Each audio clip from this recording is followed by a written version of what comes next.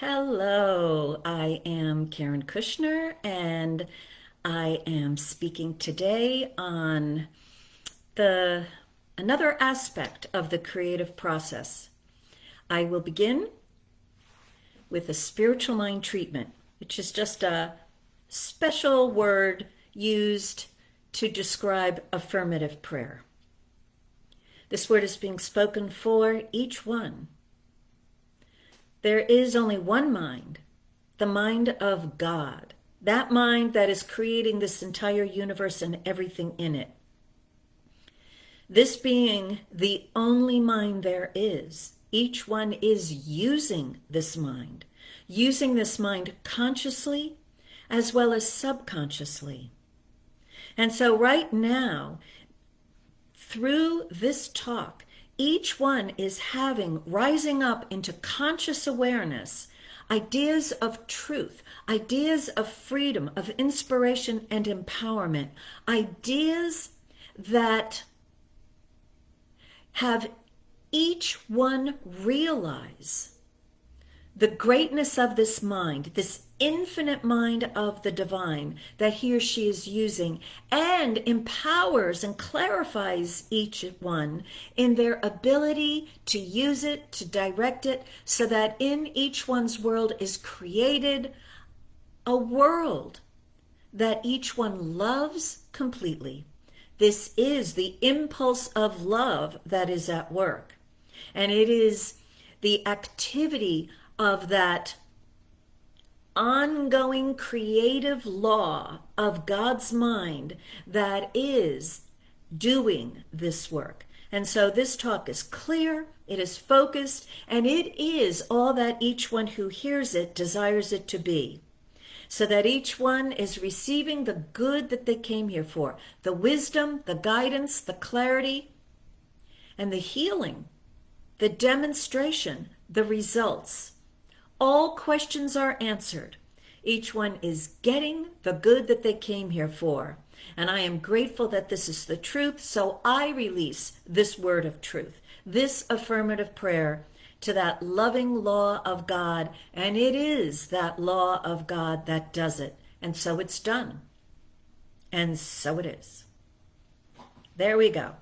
Last Sunday, I spoke about the creative process and that aspect of our thinking that can be, for us, the start of a new series of something being created. We call it conscious mind in our human understanding. And in the science of mind, that aspect of our thinking is that part which is in God called spirit. It's hard to separate the activities of this mind into different segments because it's all one and the same thing. But for us, we human beings, to understand it better, we delineate it a bit so that we can use it. So last week I spoke about the spirit level of God's thinking. I am that I am. For us, the conscious mind, conscious mind is simple. It's those thoughts that float up that we're aware of. Although we may realize that we may be unaware of those thoughts that flow through our conscious mind, what we're thinking about. But we want to, like when we're watching television, we're just watching the show. It's our conscious mind that is following the plot, following the action. And we may not be aware of it because we're just so immersed in the program that we're watching. But it's still our conscious mind that is that part of our thinking that we are aware of. Today, I want to focus on what can be called subconscious mind. And it's not unconscious, it's fully alert, it's fully active. But we may be unaware of all that is there. Years ago, Dr. Joseph Murphy wrote a book called The Power of Your Subconscious Mind. And it's still for sale. It's still a runaway bestseller in New Thought self-help kind of books. And that's because he beautifully describes this aspect of this one mind of God, which we are using, and which is in God and in us the creative law. The subconscious mind is that activity of God's mind that is doing the creative work. Ongoing, continuous, in a very real sense, God cannot stop being God, and therefore God cannot stop creating. It is continuous, it is ongoing, and it is everywhere. So that creative activity is always present in us. We are always being created. I'm not creating myself, you're not creating yourself, but we are always being created. Right now, this moment is being created. For me, it's created here now. For you, no matter when you're listening, it's created for you here now. Even though I may be off doing something else, this moment is being created. And isn't it wonderful what the internet can do? The internet, created by God, we are using it. So this one mind, the best analogy that I can think of for it is the internet. The internet is an activity of thought condensed into a visual form and even, right, an oral form, and yet the internet, let's call it equal to the mind of God.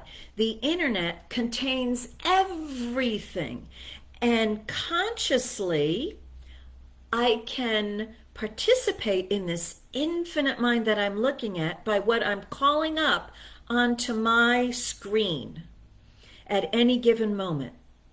And so what you are looking at right now is the conscious thinking of your use of the internet, but you know that behind it, there's all sorts of programs being run, some that you like, some that, but most you have no clue. And you also know, thank you very much, you have consciously chosen to look at this conscious thought. But there are infinite other ideas present right now in this infinite mind that you could choose. So the conscious mind is powerful in it is what chooses what you are going to be conscious of, what you are going to be seeing on your screen. But the power of the subconscious mind is enormous. Number one, it's infinite. The subconscious mind, which includes your personal history, your personal experiences, your personal memories, but it also includes all that is available in the infinite mind of God. And it is the law. It is the principle that is creating continuously. So, how do we use it? It's hard to say which is more powerful, my conscious choices or this subconscious mind that is the creative process that's doing the actual creating. If you're thinking of it as where am I empowered, the answer is only in our conscious choices are we exercising our power. And by our conscious choices, we are able to direct a power which is all powerful, the creative process. So, which is more powerful? Well, luckily we don't have to choose because it's all one mind. We're just, again, separating it in order to understand it. Now, being a human being, what I have to understand about this subconscious mind that exists in me is it cannot choose. It cannot choose. It's like a computer that is generating creation, and it's using only what it's been fed.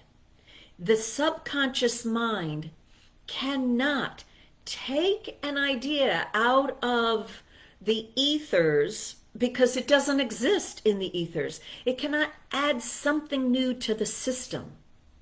Just like I know people are worried about artificial intelligence right now and its possibility to take something that never existed and stick itself into there, but it can't. It can be quite creative with what is already programmed into it, and we can certainly program a lot of things that if we thought it through, we might not do that. But like it or not, the subconscious mind must be creating something always. And if it doesn't have any specific instruction to the contrary, it does create using the sum total of what's in the subconscious mind. And it personalizes that sum total of what's in the subconscious mind, that infinite stuff, by the choices that we've made. And if we haven't made a whole lot of choices, it weighs heavily in what we have consciously been aware of, what we've been focusing on. And it doesn't matter if it's been a wise and loving focusing or not. The subconscious mind is, we can call it impartial or impersonal. It's a law. Again, that law of gravity doesn't feel bad if it pulls me to the ground or the leaf falling off of the tree. It's doing what the law of gravity does, draws things to earth. If I use it wisely and intelligently, I'm held upright and I'm able to see the perfect balance of gravity and choice by a ballerina doing pirouettes. It's beautiful. We're amazed. But it's using the law of gravity, that ballet dancer using the law of gravity to stay erect while spinning around and around and around. And used by someone who doesn't know how to use the law of gravity and the law of balance. Someone like me, who can do one turn and then off I go, because I haven't learned how to use the law of gravity in spinning around and around. So the law of mind is exactly the same. It will create whatever it is given. And it's intelligent because it will create whatever it is given beautifully, perfectly. It will, yes, it will create heaven and earth. It will move mountains. It will create something out of nothing. It'll create an opportunity. It will create a new thing in the world. It knows how to do it, and it will do it because that's what it does. So it's infinitely intelligent, and yet at the same time, it does not have choice. Without given a choice, it will create, it's got some sort of wild but intelligent, infinitely complex equation. And the weight of the different variables in my personal equation and your personal equation, they're different. Because what I'm focusing on is what I'm focusing on, and what you focus on is what you focus on.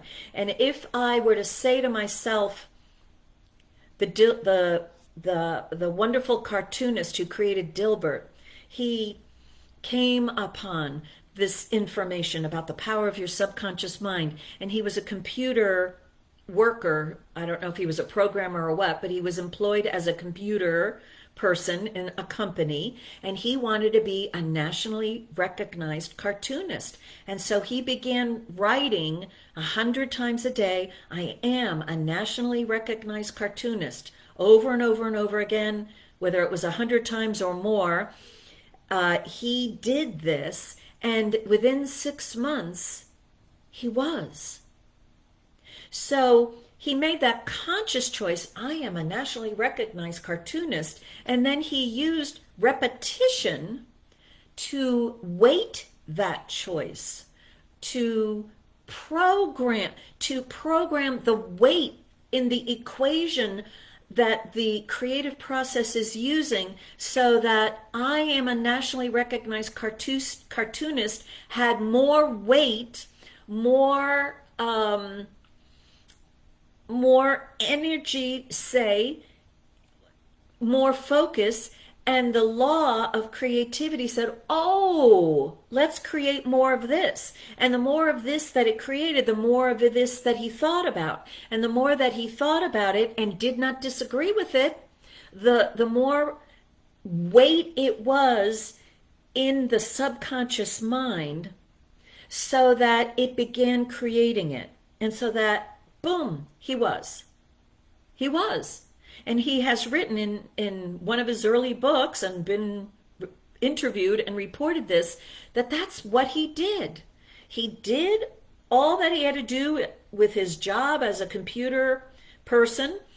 And at the same time, he was programming into it, the infinite computer, this new idea.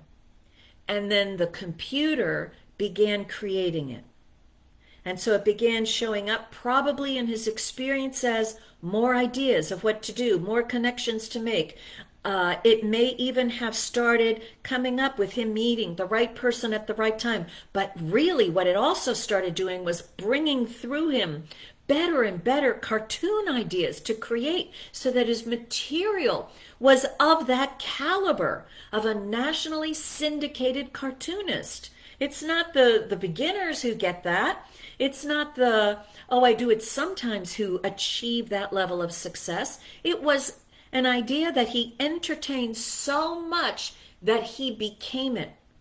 I like to call it that he embodied it, that his thinking was in agreement, so that the law of creative process, of the creative process, that creativity law, had a clear idea. I am a nationally syndicated cartoonist. And there were no confusing thoughts objecting to it that would confuse the law. I talked about confusion last week. So the power of the subconscious mind is its creative ability, and the power of it for us is it does not choose. It takes a mathematical equation, which we have choice over what those variables are in that equation and how much weight to give to each variable. Call it our priorities. But what it really is what we are thinking about all day long. So all the thoughts that I've thought about this past week, as well as you, right? They're all have been feeding into our computer. And if we've been making conscious choices that are new to us, it's been giving more weight to specific variables of our lives. And yes, we have a right to expect something different coming out. We input in, output out. It's the same. Garbage in, garbage out. Love and harmony, peace, beauty, and joy in. Love, harmony, beauty, peace, joy out.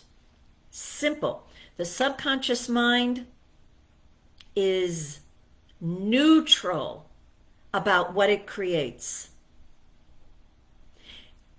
And it's always creating something. So that's what we want to understand about this power of the subconscious mind, that it is always creating, and it's going to use the sum total, the average of our thinking, and that we have choice. We have choice about what we choose to think.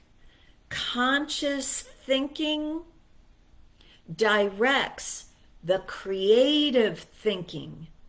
And the creative thinking is not just our personal thinking, it's the creative thinking of the mind of God. So just like the computer, I punch in my little letters and I receive on my screen what I have consciously selected. But woo, the power that's behind the scenes. Right now I'm using Facebook Live, and it knows how to make this live video, and I am using what it is saying. Another great analogy, right?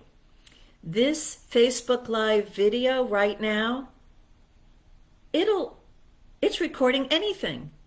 It doesn't care what I'm saying. It doesn't care what I'm looking like. I could say la la la la. And what happened? It recorded la la la la. It didn't care. That was stupid. That was meaningless. So we want to realize the power of the subconscious mind is always, always, always, whether we make conscious choices or not, it's recording what we are thinking, believing. It is recording what we're focusing on, and it is creating what it is recording into our lives. And what is that? We'll talk about that next time I do one of these virtual videos. It is creating the body of our world. It's creating the physical matter, but it's also creating our experiences, our relationships, our opportunities. All that is part of being a human being. That's what it is creating. It's creating this universe at the level of God. Thank you very much, Divine Mind, for thinking of such a thing. And it's creating my body. Thank you again, the Divine Mind of God that's got that perfect template of a perfect human body. And it's creating my experience of these gifts, including how I am focusing my conscious mind.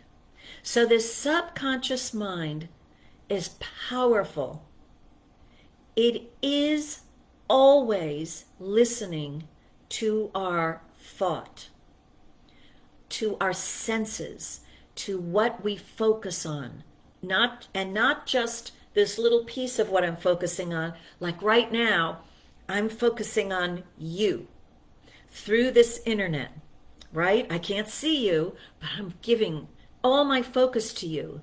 But my subconscious mind is hearing all that I'm directly focusing on, but it's also hearing everything behind me, all around me, everything upstairs.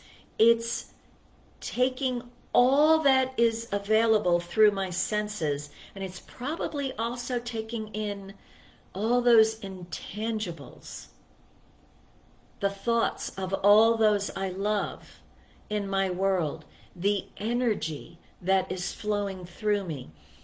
And it's also taking in the whole human race and its beliefs and fears and thoughts and its thinking.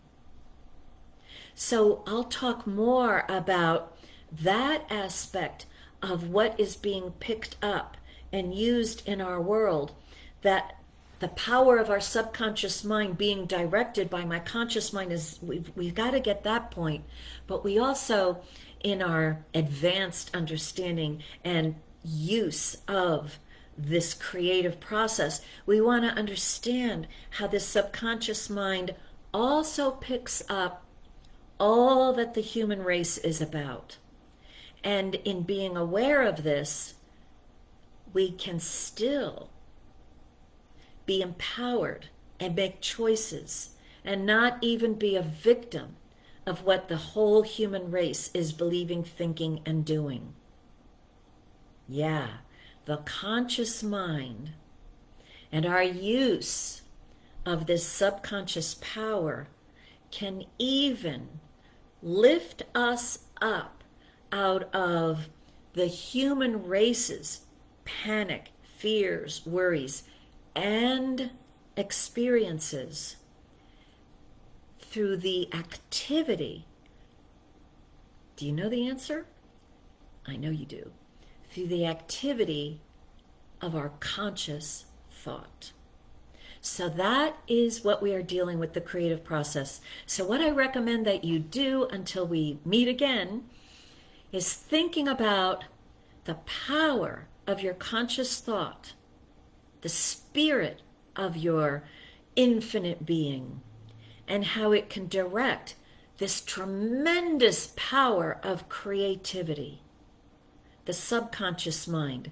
Again, that part of the infinite mind that's creating the universe is what we are able to direct by our conscious mind. Dr. Ernest Holmes, the man who all these ideas called the science of mind came through, he would do his radio show and he would say this: there is a power for good in the universe, and you can use it. He was talking about the power of the subconscious mind. And when he says you can use it, he was talking about the power of your conscious mind, the ability to choose. So contemplate that and take another look at what you're focusing on, right? Until next time, let me complete with a spiritual mind treatment. Again, now you know what I'm doing.